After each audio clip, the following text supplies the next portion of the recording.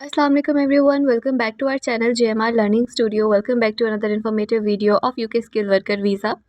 आज हम आपके साथ डिस्कस करेंगे एक केस के बारे में। रिसेंटली एक कैंडिडेट का वीज़ा जो है रिफ्यूज़ हो गया था और उन्होंने अप्लाई किया था for health and care worker और उनका जो वीज़ा है उसको रिफ्यूज़ कर दिया गया था। अब क्या रीज़न थे उसका उनका वीज़ा क्यों रिफ्यूज़ हुआ, ये एक रेयर केस है जिसके बारे में आज हम डिटेल से बात करेंगे इस वीडियो में। तो सबसे पहले हम आपको यही एडवाइस करते हैं कि जब भी आप अप्लाई करते हैं जॉब के लिए, फ़ॉरेन जॉब के लिए, तो लिंक्डइन के थ्रू करते हैं, गूगल के थ्रू करते हैं या जिस भी ऐप के थ्रू आप अप्लाई करते हैं, जिस कंपनी को आप चूज़ करते हैं, जिस कंपनी के साथ आपका इंटरव्यू होता है, तो उस कंपनी के बारे में आपने पता करना है सबसे पहले। यूके होम ऑफिस साइट पे जब आप जाएँ, तो उस कंपनी का जो है वो देखें कि उनके पास लाइसेंस है, उस कंपनी के पास लाइसेंस है स्पॉन्सरशिप का और उनकी जो रेटिंग है वो ए है। तो क्योंकि यूके में ऐसे होता है कि वही कंपनी जो है वो इंटरनेशनली हायरिंग कर सकती है, स्पॉन्सर कर सकती है, जिनके पास स्पॉन्सरशिप का लाइसेंस होता है और उनकी रेटिंग जो है वो ए होती है। उसके बाद सेकंड चीज़ जो आपने चेक करनी है वो ये है कि जो आपको स्पॉन्सरशिप का दिया गया है, सर्टिफिकेट ऑफ स्पॉन्सरशिप जिसको कॉज भी कहते हैं, आपको दिया गया है वो जेन्युइन है। उसको भी आपने होम ऑफिस की वेबसाइट पर जाकर चेक करना है। आप नंबर लिखते हैं वहाँ पे तो आपको पता चल जाता है कि वो रजिस्टर्ड है, जेन्युइन है या नहीं है। क्योंकि जिस रिफ्यूज़ल के बारे में हम अभी बात कर रहे हैं उनके साथ ऐसे हुआ है कि कंपनी ने जो है उनको सर्टिफिकेट ऑफ स्पॉन्सरशिप जो है वो दिया और उनको एजेंट भी जो है वो दिया कि इस एजेंट के थ्रू जो है वो आप अप्लाई करें, क्योंकि यही जो है हमारे वीज़ास वगैरह अप्लाई करते रहते हैं। अब उस बंदे ने जो है वो सर्टिफिकेट ऑफ स्पॉन्सरशिप जो है लिया और जो ईमेल वो यूज़ कर रहे थे, जिस ईमेल के थ्रू वो कन्वर्सेशन कर रहे थे, उन्होंने उसका पासवर्ड भी जो है वो चेंज कर दिया था। उस बंदे ने जो कॉज़ लगाया था वो जेन्युइन नहीं था और उस बंदे ने फिर जो है आईएचएस फ़ी जो थी वो भी कैंडिडेट से ले ली, जो कॉज़ की फ़ी थी वो भी ले ली। इसके साथ-साथ जो एम्बेसी फ़ी होती है वो भी जो है उस बंदे ने कैंडिडेट से ले ली थी। जबकि लीगली ये होता है कि जो कॉज़ की फ़ी होती है वो एम्प्लॉयर नहीं लेते, वो एम्प्लॉयर जो है वो खुद से ऐड करते हैं। अब जो वो एजेंट थे उन्होंने जो फेक कॉज़ है वो लगाया हुआ था और उसका नतीजा फिर ये हुआ कि जो उनका वीज़ा था उसको रिफ्यूज़ कर दिया गया और सिर्फ वीज़ा ही रिफ्यूज़ नहीं हुआ, 10 इयर्स का बैन भी उन्हें लग गया। होम ऑफिस ने जो है ये बोला कि आपने जो है वो डिसेप्शन की है। इसके बाद जो है ये हुआ कि जो एजेंट था जिसने फेक कॉज़ लगाया था उसने कैंडिडेट के सामने ये शो किया, उन्होंने जो है कैंडिडेट को एक फ़ेक रिफ्यूज़ल लेटर खुद से बना के दिखाया कि जो आपने डिप्लोमा एक लगाया था वो फ़ेक था, उसकी वजह से जो है ये रिफ्यूज़ल आया है। और वही जो फ़ेक रिफ्यूज़ल है उन्होंने कैंडिडेट को दे दिया था कि जो आपने डिप्लोमा साथ लगाया है वो वेरीफ़ाई नहीं हुआ, वो फ़ेक है, इसकी वजह से जो है आपका वीज़ा रिफ्यूज़ हो गया। जबकि जो डिप्लोमा था वो 100% जो है वो ओरिजिनल था, जेन्युइन था। अगर वो वेरीफ़ाई करते होम ऑफिस वाले तो वो वेरीफ़ाई हो जाता। तो उसके बाद जो है जो एजेंट था वो राब्ता नहीं करता था, सही तरह से कुछ बताता भी नहीं था। तो जो कैंडिडेट हैं उन्होंने जो है वो पेड इंक्वायरी की। देन जब पेड इंक्वायरी हुई तो होम ऑफिस से रब्ता किया गया, होम ऑफिस ने जो है रिफ्यूज़ल लेटर दिया। उसमें ये चीज़ जो है वो मेंशन की गई थी कि जो आपका वीज़ा रिफ्यूज़ हुआ है वो फेक सर्टिफिकेट ऑफ स्पॉन्सरशिप की वजह से हुआ है। और सिर्फ वीज़ा ही रिफ्यूज़ नहीं हुआ क्योंकि डिसेप्शन करने की कोशिश जो है वो की गई है, इसलिए आप पर 10 इयर्स का बैन भी है। अब जिसमें कैंडिडेट की कोई गलती नहीं थी और हाँ, लेकिन ये उनकी गलती थी कि उन्होंने कंपनी जो है वो सही यूज़ नहीं की थी, कंपनी के बारे में इंक्वायरी नहीं की थी। देन जो कंपनी थी उन्होंने इनके साथ जो है वो स्कैम कर दिया था।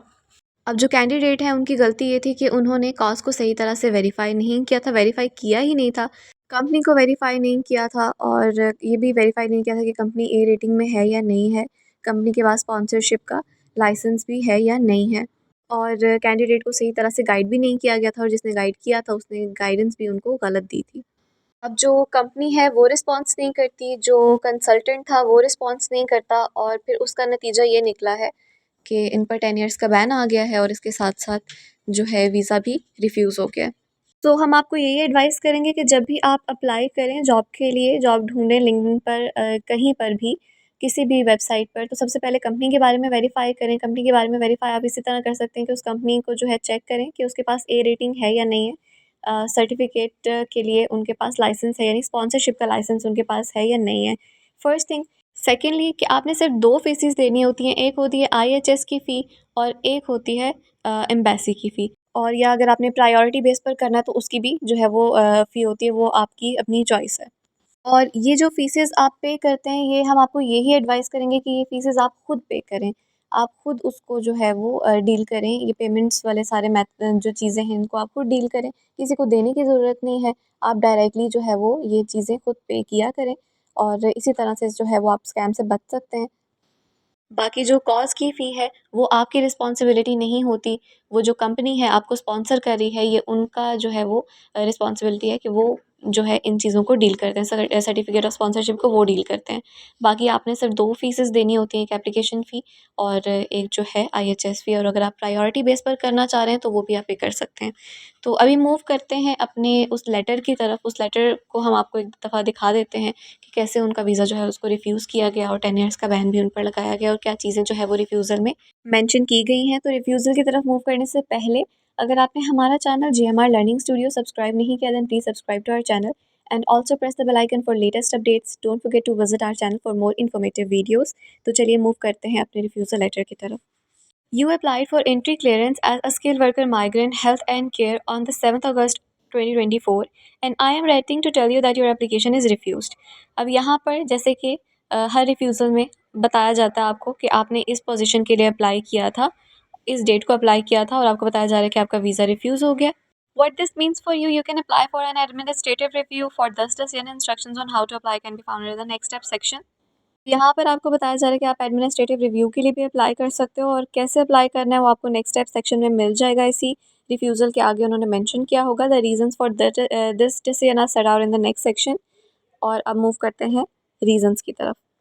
Reasons में your application has been refused for the following reasons. You applied for entry clearance as a skilled worker under Appendix Skilled Worker of the immigration rules. Your application has been refused because you do not meet the criteria of immigration rules. अब यहाँ पर आपको बताया जा रहा है कि entry clearance के लिए आपने अप्लाई किया था एज अ स्किल वर्कर और आपका वीज़ा जो है वो रिफ्यूज़ हो गया। अब रिफ्यूज़ क्यों हुआ है? क्योंकि आप इमिग्रेशन रूल्स पर रिलाई नहीं कर रहे। You cannot meet the suitability requirements established under the immigration rules if your application falls for the refusal under the immigration rules. Ground for refusals: I have considered the fact of your application with reference to the paragraph of immigration rules of part 9 of the immigration rules, which establishes that an application must be refused where the decision maker can provide it more likely than not an applicant under deception in support of their application. अब यहाँ पर उन्होंने सारे वो immigration rules mention किए हुए हैं कि किस किस रूल के तहत आपका वीज़ा जो है उसको रिफ्यूज़ किया गया है, क्योंकि आपने जो है वो डिसेप्शन की कोशिश की है, इसलिए आपका जो वीज़ा है उसको एप्लीकेशन है उसको रिफ्यूज़ कर दिया गया है। In submitting your application you have confirm that the supporting evidence is connected to the best of your knowledge and believe whether submitted by your self और on behalf of your behalf by a third party. अब यहाँ पर जब आप application submit करवाते हो तो आप इस चीज़ को कंफर्म करते हो कि जो आपने सपोर्टिंग डॉक्यूमेंट्स दिए हैं, जो एविडेंस दिए हैं, वो सारे जो है बिल्कुल जेन्युइन हैं और आपने बेशक खुद सबमिट करवाए हों या किसी थर्ड पार्टी ने करवाए हों। In support of your application, you have submitted a defined certificate of sponsorship which confirm your name and relates to you with the reference number. And I have searched for the Home Office database, and I have established this that this reference number corresponds to different certificate of sponsorship which relates to another individual. As a result, I am not satisfied that you have submitted a false document in support of your application. अब यहाँ पर उन्होंने इस चीज़ को confirm किया है कि जब उन्होंने आपके जो डॉक्यूमेंट्स होम ऑफिस के पास गए, उन्होंने उसको चेक किया।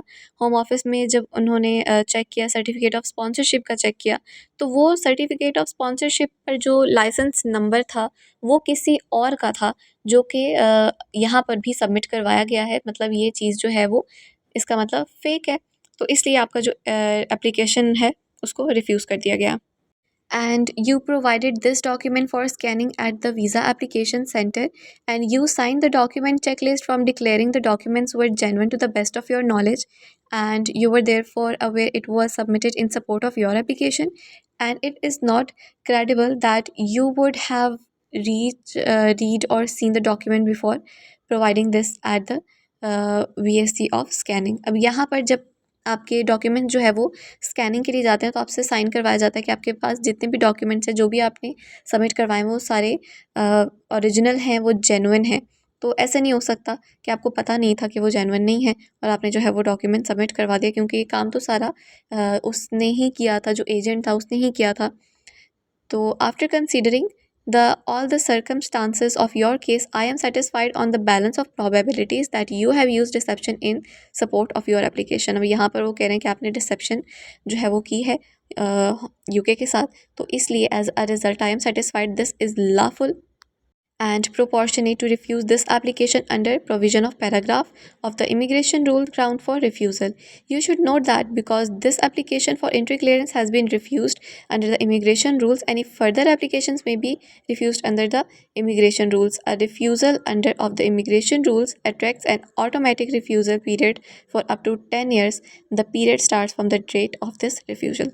अब यहाँ पर उन्होंने इस चीज़ को मेंशन किया है कि आपकी ये जो एप्लीकेशन है इसको रिफ्यूज़ कर दिया गया है क्योंकि आपने जो है वो धोखा देने की कोशिश की है।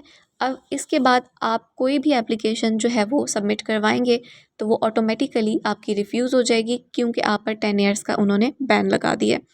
I therefore refuse your application under the paragraph of the immigration rules and in accordance with paragraph of appendix skilled worker, given the fact that you have not satisfied the suitability requirements of appendix skilled worker and I am not considered in your if your application meets the eligibility requirements। अब यहाँ पर जब certificate of sponsorship को देखा गया तो वहीं पर उनका वीज़ा जो है वो रिफ्यूज़ कर दिया गया था, तो उन्होंने आगे चीज़ों को चेक ही नहीं किया, उन्होंने आगे चीज़ों को कंसीडर ही नहीं किया कि आप जो है वो एलिजिबल हैं, आपके पास एक्सपीरियंस कितना है, तो इन चीज़ों को उन्होंने देखा ही नहीं।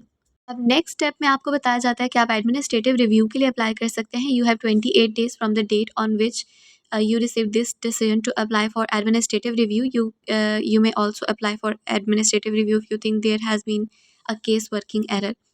अब यहाँ पर आपको बताया जा रहा है कि जिस टाइम आपको रिफ्यूज़ल मिलता है उसके 28 डेज़ का टाइम है, आप एडमिनिस्ट्रेटिव रिव्यू के लिए अप्लाई कर सकते हैं अगर आपको लगता है कि केस वर्कर की तरफ से कोई एरर आया है तो। और अगर आपको लगता है केस वर्कर की तरफ से एरर आया तो आप तभी एडमिनिस्ट्रेटिव रिव्यू के लिए अप्लाई कर सकते हैं। और एडमिनिस्ट्रेटिव रिव्यू क्या है और कैसे अप्लाई करते हैं इससे रिलेटेड वीडियो जो है वो पोस्ट हुई हुई ऑलरेडी हमारे चैनल पर, आप प्लेलिस्ट में जाकर देख सकते हैं। और इसके साथ साथ ऐसे स्कैम से बचें, अपनी फ़ीसेस जो है वो खुद पे करें और बेहतर है कि आपको जितनी भी हमने गाइडलाइन दी है उन गाइडलाइन के थ्रू अगर आप चलेंगे तो इंशाल्लाह सब बेहतर होगा। I hope you like the video and if you did then please subscribe to our channel for more informative videos and also press the bell icon for latest updates. Also comment below, share it with your friends, like this video. मिलते हैं अपनी next video में, तब तक के लिए अपना ख्याल रखें। टेक केयर, अल्लाह हाफिज़।